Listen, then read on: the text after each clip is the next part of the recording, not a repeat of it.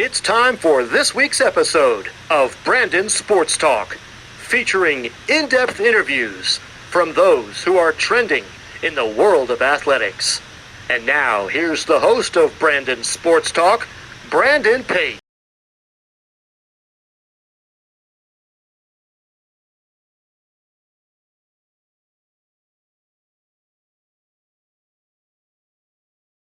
Welcome back to Brandon Sports Talk. In today's episode, I have the privilege to interview the Boston University's head field hockey coach, Coach Sally Starr. How are you doing today? I'm doing great, Brandon. Thank you. Can you talk about how you knew that you wanted to get involved in coaching college field hockey? Well, I had the opportunity to play at a pretty high level in college. I was thinking I was going to be a high school teacher and coach, and student teaching. I enjoyed it, but it didn't really didn't feel like it was going to be my passion. I had three outstanding coaches in college. I played field hockey, basketball, and lacrosse, and each one of my coaches in those three sports was outstanding. And they were really kind of the emphasis for me wanting to be a college coach. What was it like, obviously, going to Uranus College and playing both field hockey and women's basketball?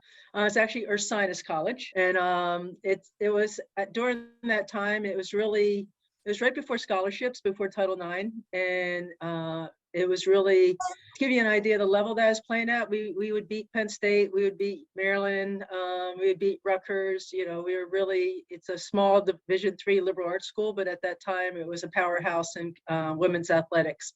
So I was able to play field hockey, basketball, and lacrosse at a really high level, and really fortunate at that opportunity. What was it like, obviously, when you got inducted into the Hall of Fame as a field hockey player? Well, I was inducted for being a three-sport athlete there, and I think that to be inducted into the Ursinus Hall of Fame was a huge privilege, again, because of all the outstanding female athletes that preceded me and were there during my time and after my time. So it was a huge recognition for me and an achievement for me in my lifetime, for sure. What were some of your biggest accomplishments during your college time? Played in 3 national championships for field hockey. We were always second in the country. Again, that's over Maryland, Penn State. My sophomore through senior year, I like to say I was always the bridesmaid, never the bride. We never won the championship, but we always made the championship game. Playing in basketball, we went to small college nationals out in Irvine, California, which was kind of a huge achievement for us. And then in lacrosse, we were always rated first or second in the country through my lacrosse career at Ursinus. So again, just surrounded by great teammates and the opportunity to play at the highest level during that period of time. Of course, what was that like in field hockey for 3 years, obviously competing for the national championship? It was, just kind of a situation where, we knew we were very good. We knew we had some of the top players in the country playing for us. We had games during that time where we played in Franklin Field against Westchester, is the team that won those championships. And our game between Ursinus and Westchester would be held at Franklin Field at University of Penn's campus. With 3,000-4,000 people watching the game. So it's always kind of like the highlight of the fall for high school kids to come and watch us play. So it was definitely an exciting time and a very competitive time. And there's some games that were blowout games, and there were some games that were really competitive games. And just fortunate that had those opportunities. Coming out of college, what was it like, obviously, playing field hockey for the national team in 78 and 79? Yeah, it was actually kind of a cool time because they had what were called Olympic festivals during that time for all sports. And I was out in Colorado Springs, actually right before the Dream Team. I was out there with, they were out there, the Dream Team that won the 80 gold medal in, the ice hockey team. And during all those summers, we had the opportunity to go out to Colorado Springs, play in a festival, all sports, opening ceremonies. They don't do that any longer. And again, it's just, it was so much fun. It was great competition. We were divided, the national team, the squad was divided into 4 teams, 4 regions, East, West, North, and South, and, played for medals. And it was a really, really exciting time, for sure. How was that feeling like in 98 obviously being a part of the team on the coaching staff? The national coaching staff. To me, that was like we were able to go. Had some tremendous travel. I traveled to Australia with the team, New Zealand twice with the team, Holland, where the World Cup was held, the 1998 World Cup was held, and to be on the in Utrecht, the Netherlands, and to be on the coaching staff at a World Cup. It was the first World Cup that they held both men and women at the same site. So it was just tremendous hockey, tremendous festival atmosphere. And I kind of look back at that time as it's like getting a PhD in hockey. You know, the caliber of athletes that I had the opportunity to coach, the caliber of competition we were playing against, being part of a staff with Pam Hickson and some other people. It just expanded my knowledge of the sport, and the opportunity was actually significant in my development as a coach. How did that help you to where you now became the coach for New Hampshire? That was right out of college. I had a grad assistantship. At that point in time, I knew I wanted to be a college coach. After I graduated from college, had the opportunity to be a graduate assistant at the University of New Hampshire for coaching both field hockey and lacrosse. And part of the responsibility is also some teaching, some physical education courses. So I think that just cemented my my passion to wanting to be a college coach. And then after that, that 1 year at UNH, I had the opportunity to be hired as the head field hockey and lacrosse coach at Bucknell University. What was that like, obviously becoming the head coach for Bucknell? I was young, obviously. I was probably maybe 23 at that time. And it was just such an exciting time. I was like, when I went up there for the interview and just have the opportunity to be at such a great academic institution and have that as my foundation for my coaching. Really had the opportunity to coach some outstanding young women in both sports and be in a community that I really enjoyed. Bucknell was a great university and an outstanding experience for me as a young professional. So really just thankful and appreciative that they saw something in me and gave me that opportunity. What was that feeling like when you got the head coaching job with Boston University as the field hockey coach? Yeah, I think, again, that was the next step I wanted to take. Bucknell was not going to have scholarships. As right as Title IX was really taking a foothold in women's athletics. Boston University was beginning to make a commitment to its field hockey program. I think I was the first full-time head coach that they hired at Boston University. And I just saw the opportunity here. Again, an outstanding academic institution where I really felt I could recruit some talented student athletes. And obviously moving from Lewisburg, Pennsylvania to Boston, Massachusetts as a young adult was very inviting to me as well. What's the feeling like of obviously taking that team, the 99 and the 2000 team, to back-to-back championships? It's not easy to do. We haven't replicated that since, and I hope that we will at some point, and maybe starting next year. It's obviously, really talented student athletes that are going to work hard, be committed, buy into our culture of team first, and that just love playing the game and love competing. And those athletes are a really close-knit group of young women still to this day. I know they get together all the time, they do things together, and it's just, they're all having families now, and it was just an outstanding group of young people that I had the privilege to coach, and we were able to have a lot of championship seasons together. What was that like, obviously going to the championship in your first few years at Boston? Going to the Final Four was surreal. After in 1985, I believe, what year is that? I don't even remember. It was probably it was my first scholarship class that were seniors at that time. I can.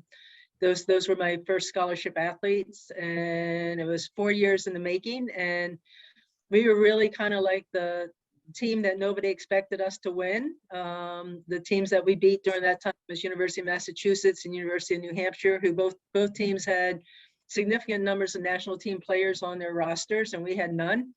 And so it's definitely just an amazing time as a coach, and just I can still remember, just the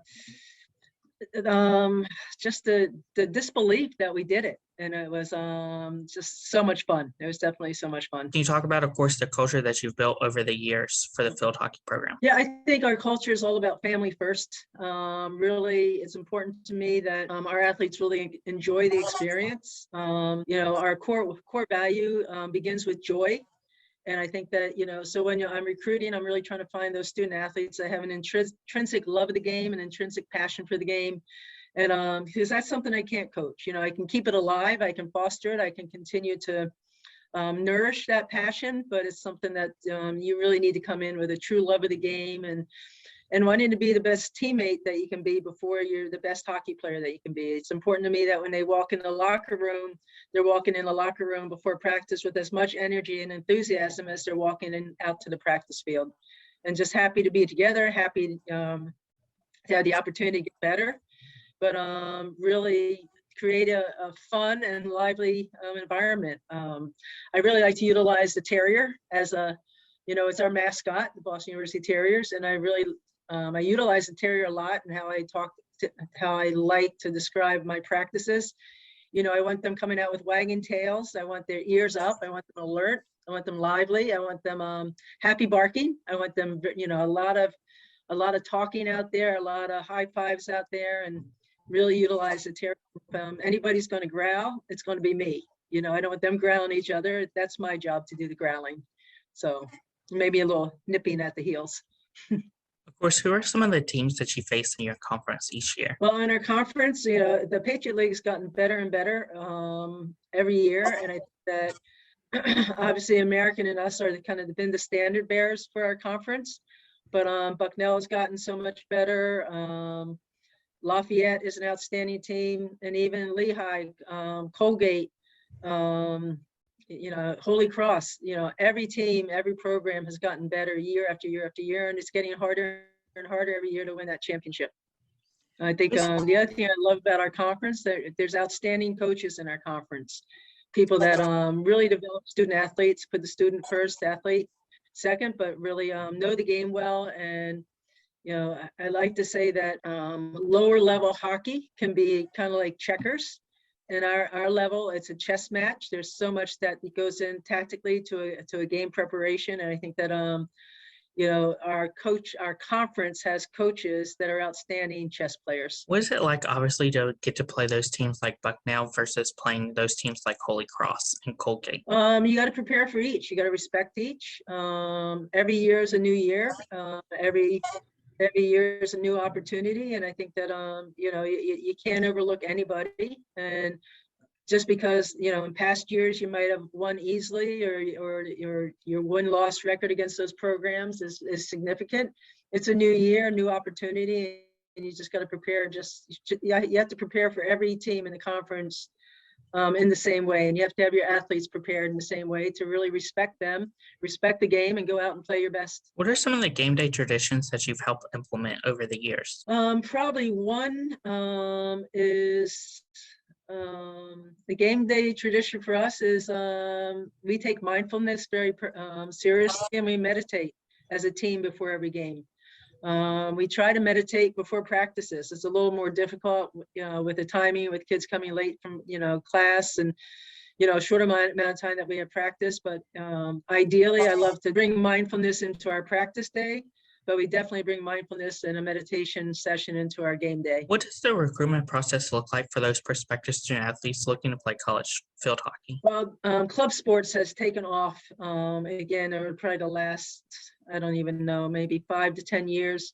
Club program, there's more and more club programs throughout the country. There's more and more. If you want to play college level hockey, you have to be playing for a club team, and the better the club team and the coaching that you're getting, the better opportunity you'll have to play at a high level in a college situation. So, and because of all those club teams, there's more recruiting opportunities. For example, this past weekend, I traveled to Delaware for a Shooting Star Jamboree. It was a big showcase. There were 12 fields going on. There were teams from all over the country. I was watching teams from Chicago to Texas to, obviously Pennsylvania. There are teams from Maine there, Massachusetts, teams from all over the pretty much the eastern part of the country, but there were also teams from Texas and as I said, Chicago. So Of course, when going to those big tournaments and stuff like that, what are some of the things that you look at in those prospective student athletes? I'm trying to find terriers. I'm trying to find fast, feisty, intelligent, loyal players. Kids that really love the game. Kids that don't quit. What do they do after they lose the ball? Do they just stand up and kind of watch the play go, or are they turning around trying to get that ball back just like a terrier would? So I'm truly looking for terriers, and I think that. But then I'm also watching for intangibles. What do they do if there's a bad call against them? What do they do when their teammate scores a great goal? Are they the first one up there to give her a high five, or are they just turning their back and walking away? What are they doing when the coach is talking? Are they paying attention? Are they, their eyes on the coach, or are they standing in the back, talking to a teammate? So there's so many things that you can see, at these events, and those are all things that we look for. Not only their athleticism, obviously they need to be fast. Obviously they need to have a good technical ability. But there's things that we can teach, and there's things that we know we can teach, and there's things we know we can't teach. And I think, again, it's that intrinsic drive to play fast, ferocious, and tenacious. What are some similarities and differences between field hockey and lacrosse? Probably the similarities is when you get the ball, you want to keep the ball. You don't want to turn it over. You don't want to have unforced turnovers. You really want to defend aggressively in both sports. You really need to put pressure on the ball. You need to get an organization around the ball. You need to make sure you're protecting the hot line to goal in both sports. I think that and I think that that's pretty much it. When you get the ball, keep the ball, have a really good coordinated, connected way that you develop your attack. And then defensively, when you lose the ball, get pressure on the ball as quickly as possible and get organization defensively around and underneath it so that you can win it back and try all over again. Of course, on the official visit, what does that look like for those prospective student athletes looking to come to Boston University? Well, because of COVID, we haven't been able to have official visits over the last 2-3 years. I think that we just had an official visit this past weekend, where it was actually our incoming freshmen came in for their official visit. We did that about a month ago, and they're already committed to BU with this. They're not going to change their mind, but if anything, it just got them more excited about it. But yeah, official visits are important, though, to be able to get them on your campus, be able to meet face to face as opposed to Zoom. And again, you can watch how they interact with their siblings, how they're interacting with their parents. Are they respectful? If they're not respectful to their parents, they sure aren't going to be respectful to me. And I think that it's important to show them our campus. Boston University, I think a lot of people feel we don't have a campus, but we really do have a campus. And I would say 99% of the times when we get somebody on our campus, they're blown away by it. They're just like, wow, this is so much different, so different than what I expected. And they love it. A lot of times if we can get somebody on our campus, we become their number one choice. What is it like, obviously, as a head coach, seeing them fall in love with that red jersey? That's what you want, to wear the terrier across your chest. And we definitely make a ceremony out of it when the freshmen get their jersey for the first time. Another thing that we do, we also give them a letter from somebody else that wore their number, a previous player who wore that number. Will write them a letter and talk about the pride of putting on that jersey and what it meant to them and what it means to them to have somebody new putting on that number and putting on that jersey. So it's special, and I think it's something that we really honor, and we really make sure that that is perceived as being special. What are some of your future plans for the field hockey program of Boston University? Keep winning. We had a tough year last year. We were a young team. We struggled more than we needed to struggle. We really worked hard over the winter and the spring to make improvements in the areas that we needed to improve upon. We have 6 outstanding freshmen joining us next year from all over the world. We have somebody from Chile. We have an athlete from Argentina. We have athletes from Chicago, Texas, Pennsylvania, Massachusetts. So we're really looking forward to getting back to compete successfully for the Patriot League Championship. And if we can position ourselves for that, then that puts us in a good position to compete successfully in the NCAA tournament. What's that like, obviously, for the sport of field hockey to recruit international players along with domestic players? Well, some of the best players in the world are not in the United States. I think that the U.S. has gotten better, and again, they've gotten better because of club hockey. And there's definitely some club programs that are producing some outstanding players, which I feel we have some of those coming to our program next year. But, the international countries, they start playing when they're 5 years old, when they're 4 years old. Their mom has played, their dad plays. It's a family thing, going to the club on weekends. There are like tennis clubs here where there's 3 or 4 pitches, and then a communal clubhouse. And it's definitely a different cultural activity, in other countries. And and I think because hockey is not an easy game to play, it's a very difficult game to play.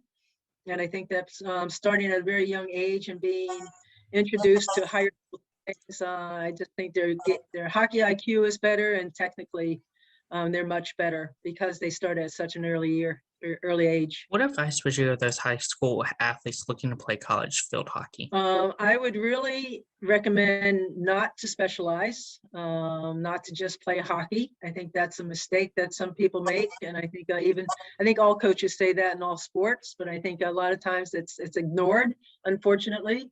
I think it's really, really important to develop yourself as a full athlete. Play basketball in high school, play lacrosse in high school, play soccer if you can. A lot of field hockey players have maybe played soccer at an early age and fell in love with field hockey, as they got into high school. Play ice hockey. If you have the opportunity to play ice hockey, I think that's a great winter sport for field hockey players. I think, it really helps with your your hand speed, and just a lot of decisions you need to make on the hockey rink is similar decisions you're making on the field hockey field. So, and just keep your passion alive. If you love the sport, be the best athlete that you can. Make personal choices that help you to be the best athlete that you be healthy, live a healthy lifestyle, and be as fit as you can be, and take advantage of any opportunity that you have. What advice would you give those college field hockey players looking to go play for the U.S. field hockey team nationally? Again, just take advantage of every opportunity you have while you're in college. You have nutritionists that you can meet with. You have sports psych people that you can meet with. We have a strength trainer that can help you.